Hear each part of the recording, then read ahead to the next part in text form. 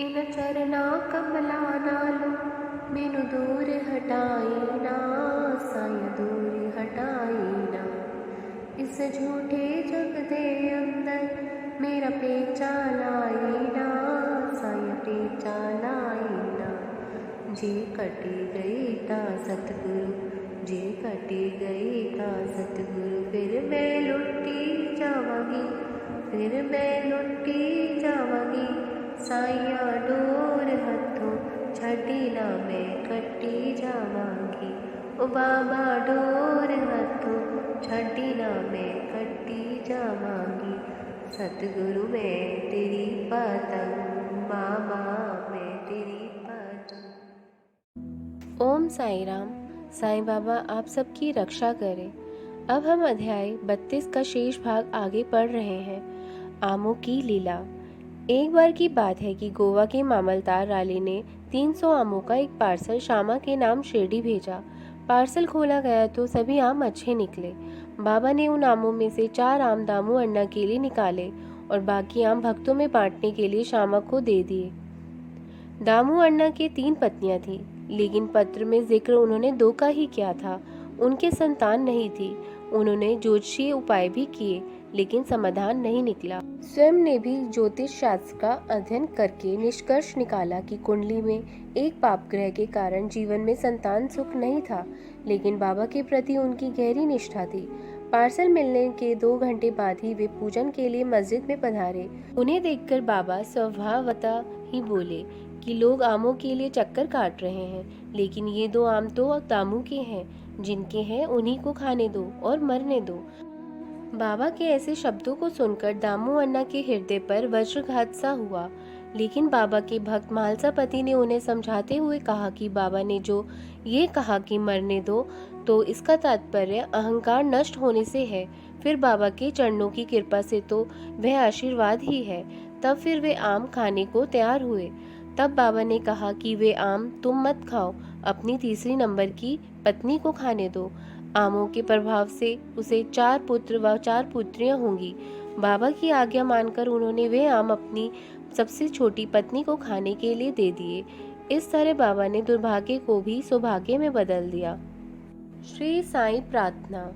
हेमांड पंत ने श्री साईं बाबा से प्रार्थना करते हुए कहा कि हे श्री साईनाथ, हमारी आपसे प्रार्थना है कि आपके चरणों को हम कभी भुला ना पाएं। आपके श्री चरण हमारी दृष्टि से कभी ओझल ना हो।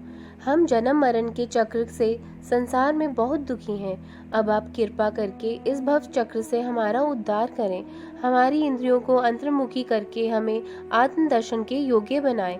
जब तक इंद्रियां बहिर्मुखी रहेंगी, तब तक हमें आत्म दर्शन की आशा नहीं है। हे श्री साईनाथ, हमारे तो एक आप ही आधार हैं। मोक्ष आनंद आप ही प्रदान करेंगे। हे प्रभु, हमारी वाणी आपके नाम स्मरण रूपी रस का रसास्वादन करती रहे।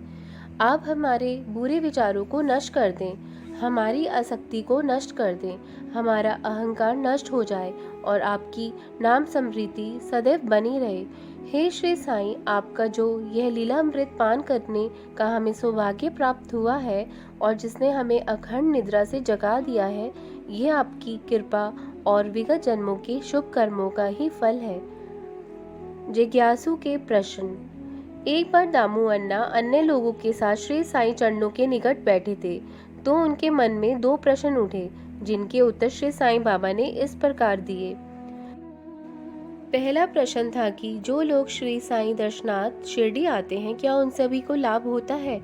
इस प्रश्न का उत्तर देते हुए श्री साईं बाबा ने कहा कि बोर लगे आम के वृक्ष की ओर देखो। यदि सभी बोर फल बन जाएं, तो आमों को गिना भी नहीं जा सकता। लेकिन क्या ऐसा होता है? अनेक बोर तो झड़ जाते हैं। कुछ फलते बढ़ते हैं तो वे आंधी के तेज झोंकों के कारण गिरकर नष्ट हो जाते हैं।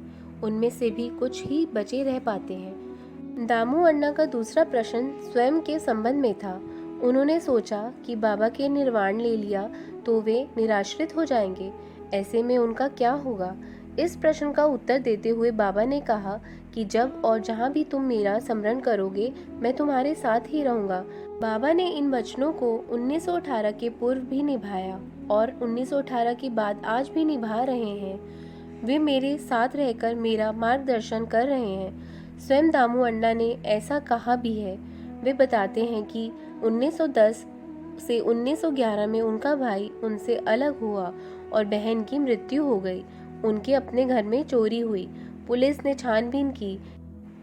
इन सब घटनाओं से वे विक्षिप्त से हो गए। वे बताते हैं कि जब उनकी बहन का निधन हुआ तो उन्हें बड़ा दुख हुआ। वे बाबा की शरण में गए तो उन्होंने उन्हें सांत्वना दी और कुलकर्णी के घर पूरन पोली खिलाकर मस्तक पर चंदन लगाया। इसी तरह उनके घर चोरी हुई तो वह चोरी भी उनके 30 वर्षीय एक मित्र ने की थी। उसने उनकी पत्नी के गहनों का संदूक चुरा लिया। उसी में पत्नी का मंगलसूत्र भी था। तब दामू अण्णा ने बाबा के चित्र के सामने रोना शुरू कर दिया। फलस्वरूप अगले ही दिन उनका वह मित्र गहनों वाला वह संदूक उन्हें लौटा गया। बाबा के वचन। समाधिस्थ होने के बाद भी श्री साईं बाबा का प्रभाव आज भी पूर्वता है। श्री साईं बाबा ने कहा है कि मुझ पर पूर्ण विश्वास रखो। यद्यपि मैं देह त्याग दूंगा तब भी मेरी अस्थियां आशा और विश्वास का संचार करती रहेंगी। केवल मैं ही नहीं, मेरी समाधि भी वार्तालाप करेगी, चलेगी फिरेगी और उन्हें आशा का संदेश पहुंचाती रहेगी। जो अनन्य भाव से मेरे शरणागत होंगे, निराश न होना कि मैं तुमसे विदा हो जाऊंगा। तुम सदैव मेरी अस्थियों को भक्तों के कल्याण के लिए ही चिंतित पाओगे। यदि मेरा निरंतर स्मरण करते हुए मुझ पर दृढ़ विश्वास रखोगे तो तुम्हें अधिक लाभ होगा। ओम श्री साई नमो नमः। ओम साई राम। ओम साई राम। आशा है आपको ये अध्याय समझ में आया होगा। कोई गलती हुई हो तो मुझे क्षमा करिए। अब हम कल अध्याय 33 का अध्ययन करेंगे। तब तक साईं स्मरण करते रहिए और अच्छे कार्य करिए। ओम साई राम।